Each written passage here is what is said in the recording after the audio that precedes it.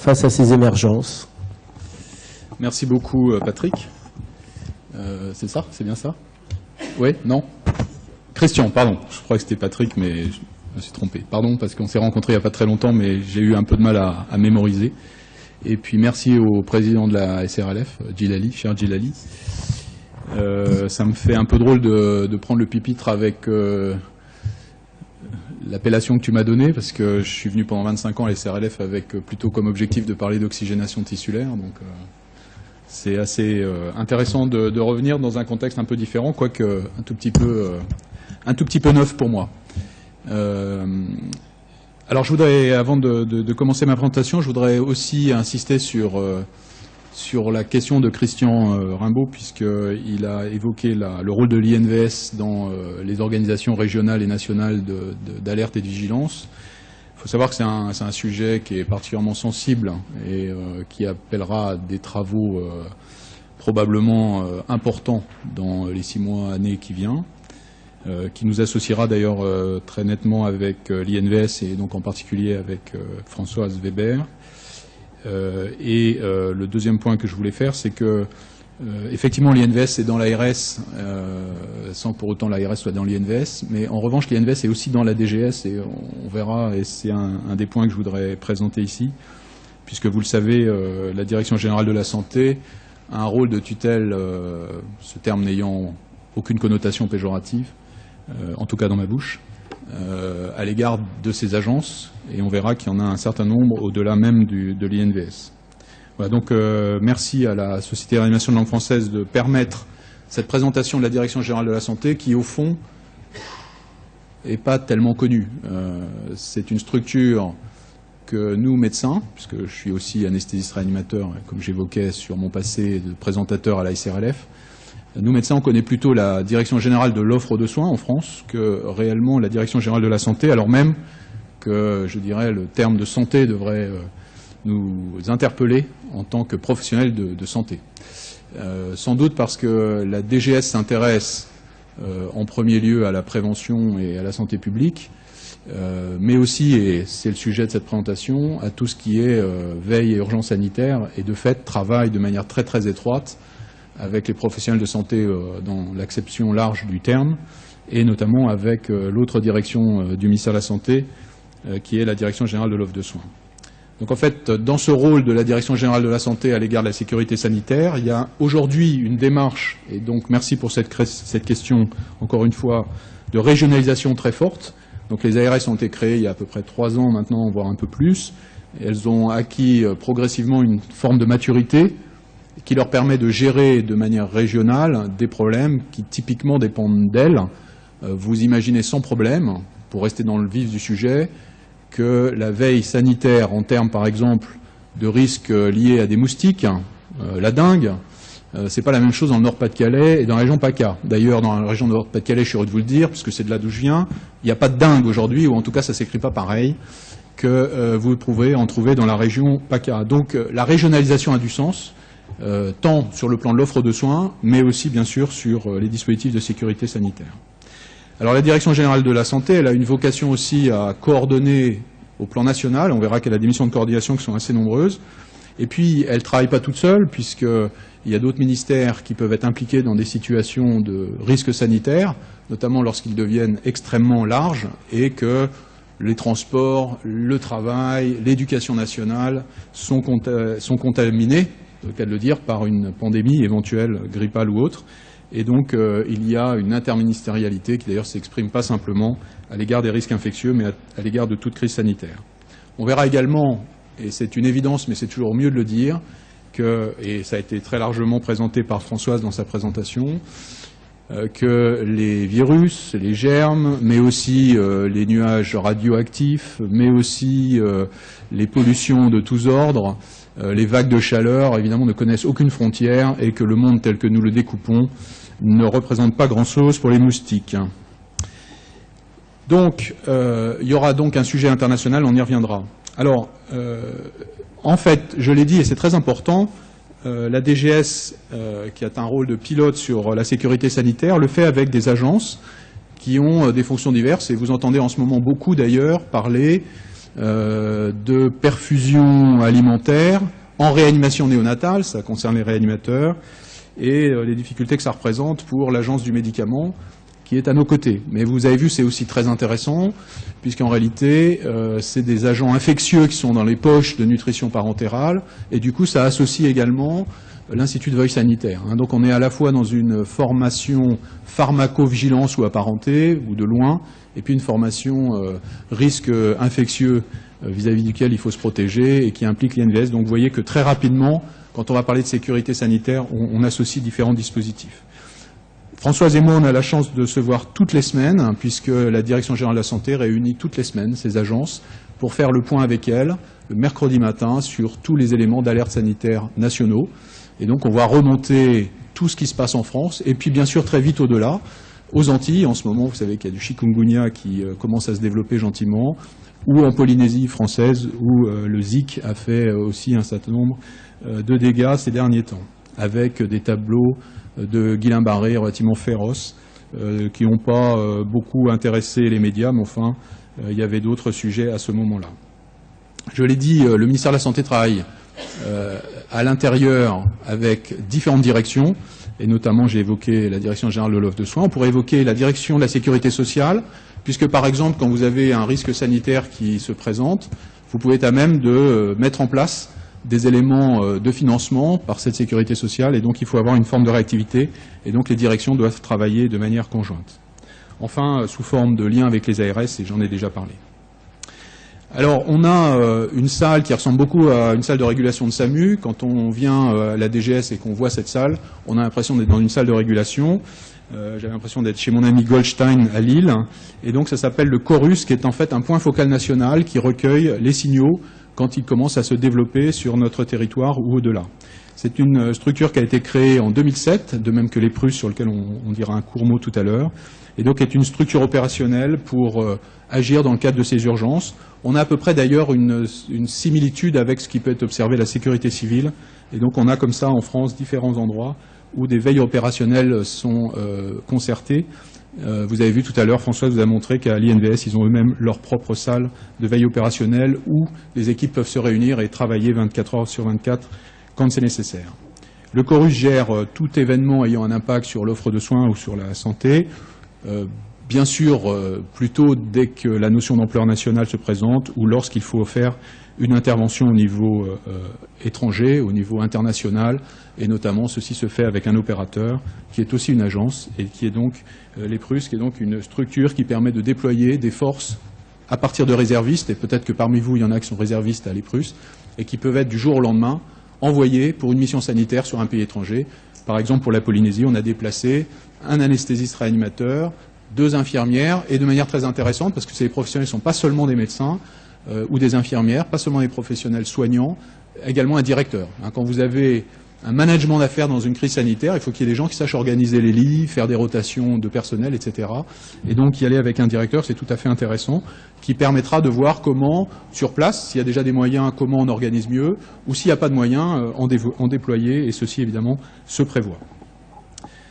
Donc Françoise vous avez un peu présenté, et je reviens dessus, mais que très brièvement, la place finalement de la Direction générale de la santé par rapport à ces opérateurs et par rapport aux mécanismes d'alerte. Vous avez ici l'Institut de veille sanitaire qui vous est représenté, et puis bien sûr les autres agences, comme je vous l'ai expliqué, qui vont recevoir des signaux, les transmettre, et cette transmission de signal va être à un moment donné ultimement concentrée sur la Direction générale de la santé, afin finalement de prendre des décisions d'opération. Les agences ne déclenchent pas elles-mêmes les opérations, ceci passe par une action concertée au niveau du ministère de la Santé.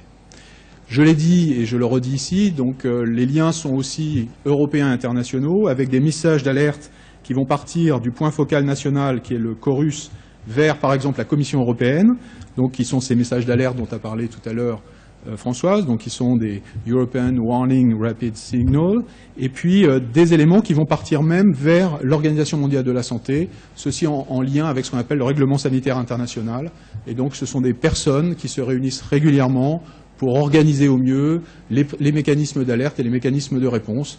Il y a des réunions régulières qui se font avec des groupes plus ou moins importants, À l'intérieur, il y a d'ailleurs des sous-groupes qui s'intéressent à différents problèmes au niveau de l'Organisation mondiale de la santé, ou des groupes plus serrés, comme le G8 de la sécurité sanitaire, qui représente quasiment les principaux pays européens, et puis 2 grosses nations, qui sont le Mexique et le Canada. Et donc, les décisions sont prises de partage d'informations et de définition de comportements. Par exemple, très intéressant, vous savez qu'il y a toute une dynamique à l'heure actuelle sur le partage des souches quand on a un problème viral et qu'on veut rapidement développer un vaccin.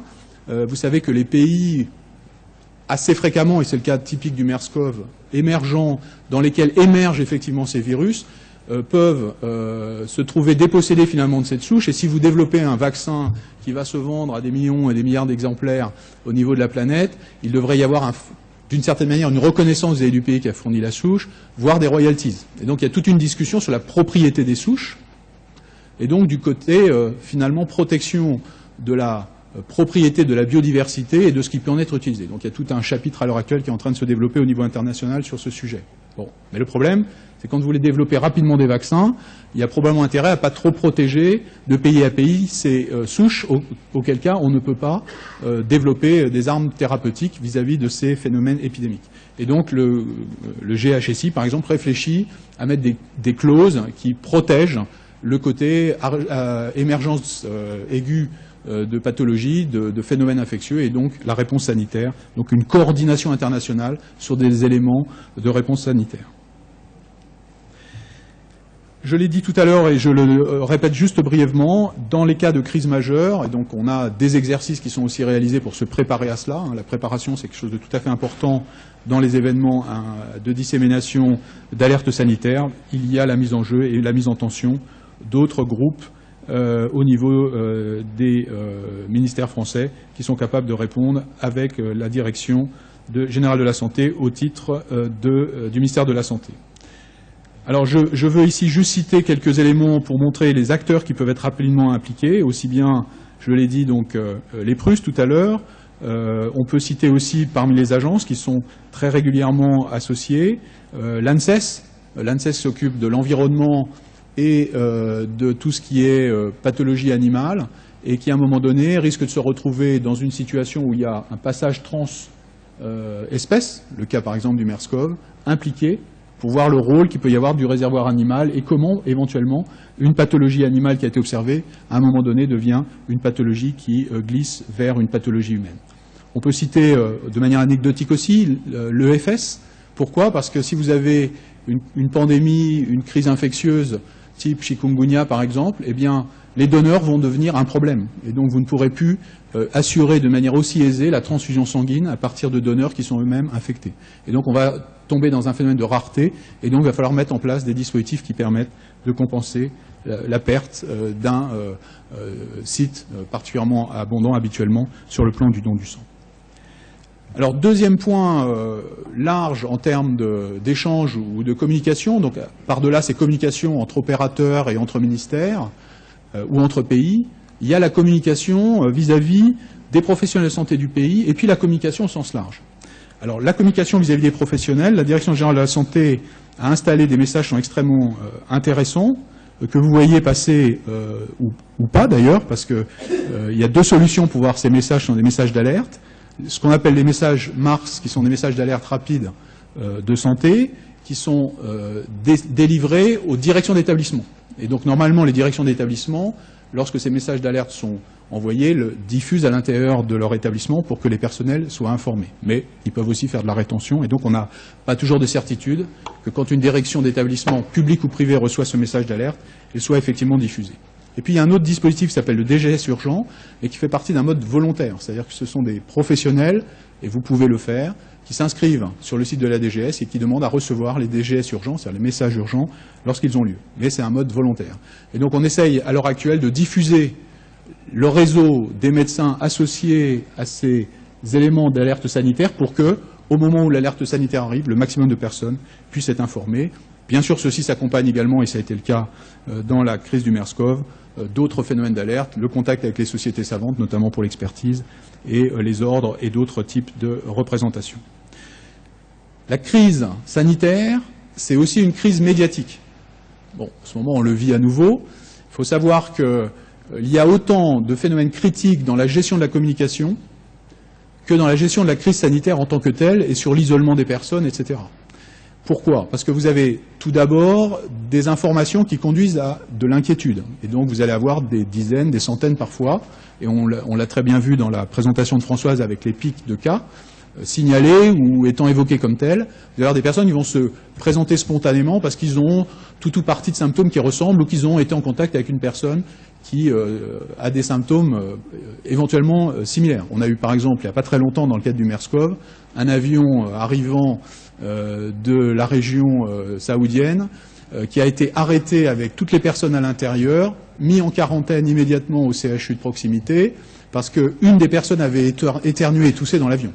Et donc, compte tenu de l'arrivée et compte tenu de la dangerosité et de l'évocation du suivi MERS-CoV, ils se sont tous retrouvés à l'hôpital, ce qui est mieux que la prison, entre nous soit dit, pour examen, etc. Et en fait, le phénomène de massification de l'inquiétude est évidemment un élément très important. Et puis il y a quelque chose de plus embêtant encore, qui est la désinformation, c'est-à-dire le fait d'amplifier des phénomènes, de rechercher de manière normale, justifiée ou plus discutable, des éléments qui mettraient en cause la manière dont les soins sont organisés, la manière dont les responsables ont pris un certain nombre de décisions. Et ça, c'est quand même assez compliqué. Et donc, ça doit toujours être simultané avec la gestion de la crise sanitaire. C'est la gestion de la crise de la communication qui peut venir. Voilà, vous avez un exemple de DGS urgent qui a été le 12 mai, celui finalement qui correspondait au moment où le cas lillois, en réalité, au départ, de Douai, puis de Valenciennes, puis de Lille, puisque c'était un patient qui a un peu circulé, mais je pense que Benoît reviendra assez largement sur cette présentation, qui a été envoyé donc par la DGS, et puis le message d'alerte rapide sanitaire, donc qui avait été envoyé également quelques jours avant pour expliquer les bonnes dispositions qui étaient suggérées au niveau des établissements pour les référentiels, les isolements à faire, etc., etc. Alors, ce qui est important, et Françoise l'a évoqué, c'est que ce qu'on essaye d'éviter, alors on n'y arrive pas toujours, c'est ça, c'est le pic de la pandémie. Bon, ici, c'est l'exemple un peu caricatural d'une pandémie grippale dans les crises, par exemple, qu'on fait de manière comment on dit ça, j'allais dire artificielle, mais simulée, notamment au niveau de nos établissements et de notre ministère. Évidemment, ce qui est important, c'est la phase de freinage, empêcher l'introduction, et le cas échéant, lorsque l'introduction a été faite, donc la phase d'introduction, c'est par exemple de bloquer un certain nombre de dispositifs perméables au niveau des aéroports, au niveau des frontières. C'est souvent pas très facile et c'est souvent trop tard quand les espèces sont là, les positions sont déjà assez difficiles à prendre. Ça ne veut pas dire qu'il ne faut pas continuer de renforcer la police sanitaire aux frontières, mais souvent l'introduction c'est assez difficile à faire. Par contre, la propagation peut être un élément très important, notamment avec des mesures d'hygiène, des mesures d'isolement, etc. Et c'est une phase qui est très très importante dans la gestion de la crise. Dans les quelques minutes qui restent, je vais vous parler un tout petit peu de ces éléments de construction de l'organisation dans le cadre particulier du MERS-CoV en France, juste pour remonter un peu les différents éléments de coordination que je vous ai présentés. Je ne vais pas faire le détail parce que je pense que, d'une part, Françoise vous a déjà présenté pas mal de choses et je pense que Benoît va revenir dessus. Donc on a eu aussi, donc, dans ce cadre du MERS-CoV, ces phases d'anticipation puis de progression de l'épisode, sans qu'on connaisse au moment où il a commencé la sévérité qui serait le sien, ou la sévérité qui serait observée dans ce cas-là, et puis la gestion post-critique avec des épisodes éventuellement récidivants qui pouvaient se présenter. Donc Françoise nous a tout dit sur la façon dont le cas s'était présenté, et donc je vais juste insister sur 2 ou 3 éléments. Au départ, il y avait une notion, et cette notion est très importante dans la gestion de transmission interhumaine, puisqu'effectivement, les premiers cas rapportés au Royaume-Uni avec une référence aux professionnels de santé qui avaient été affectés en Jordanie laissait penser que ça pouvait se communiquer de proche en proche. Et donc ceci a été une note d'inquiétude relativement importante. En sachant que les premiers cas avaient été signalés dès la fin 2012 et que là on voyait dans des pays qui étaient des pays éloignés de la zone initiale, on voyait des cas se développer et donc se transmettre avec les contacts. Nous avons au niveau de la Direction générale de la santé un référent qui est très intéressant pour nous parce qu'il réagit très très vite, qui est le Haut Conseil de santé publique. Vous verrez régulièrement des éléments relatifs par exemple à la vaccination, relatifs à la méthodologie de prise en charge d'un certain nombre de risques infectieux, mais aussi par exemple avec d'autres types d'expositions, ça peut être l'exposition au plomb ou à d'autres polluants, ils émettent des avis en fonction, d'une part, de ce que la littérature offre, et d'autre part, parfois, d'un certain nombre de travaux complémentaires qui peuvent être établis. L'intérêt du Haut Conseil de santé publique, c'est qu'il réagit très très vite et qu'il peut s'adapter pour vous donner un certain nombre de recommandations. Il ne le fait évidemment pas tout seul, il le fait avec des experts, par exemple sur les risques infectieux. C'est notamment Bruno Grandbastien qui intervient assez fortement sur ce sujet. Donc des avis ont été menés et un certain nombre de consignes ont été répertoriées avec les différentes sociétés savantes correspondantes. Benoît vous parlera de ce cas du mois de mai. Je me suis juste permis de mettre une photo parce que je la trouvais relativement rigolote, puisqu'en fait c'est la conférence de presse qui a été faite par Mme Touraine à Lille à l'occasion de ce premier cas. Je savais que ça ferait sourire Benoît, puisqu'en réalité, vous voyez sur cette photo, vous avez ici Daniel Mathieu, qui est le responsable du pôle de réanimation au CHU de Lille. Ça, c'est le 12 mai. Vous avez ici le responsable des urgences, du pôle des urgences, qui est Patrick Goldstein, que certains d'entre vous connaissent. Vous avez ici la ministre de la Santé. Et moi, à l'époque, j'étais président de CME de cet établissement. Et je peux vous promettre et jurer qu'à cette époque-là, si on m'avait dit qu'on me filerait ce job, je l'aurais jamais cru. Et donc, je trouvais c'est assez marrant de faire un petit pied de nez quelques mois après cet épisode Merskov, qui d'ailleurs, je vous le promets, n'a absolument rien à voir avec la suite de mon histoire personnelle. Voilà, alors, les quelques éléments qui sont aussi intéressants dans le déroulé de la gestion des premiers cas, par-delà ce que j'ai déjà beaucoup raconté et que je ne vais pas redévelopper, notamment les conseils aux voyageurs, l'installation de plateformes téléphoniques pour répondre aux questions que les uns et les autres pouvaient avoir au fond d'eux-mêmes, la gestion des aéroports, les liens avec l'Europe et l'OMS. Il y avait un point particulier qui était celui du risque zoonotique, c'est-à-dire l'identification du réservoir animal. Et donc, vous voyez, c'est l'agence dont je vous ai parlé tout à l'heure, l'Agence nationale de sécurité de l'environnement et de la santé animale, qui s'est occupée en particulier de ce sujet. Et puis, il y avait un sujet sur lequel Françoise est venue, mais elle n'a pas insisté, qui est celui donc du diagnostic biologique.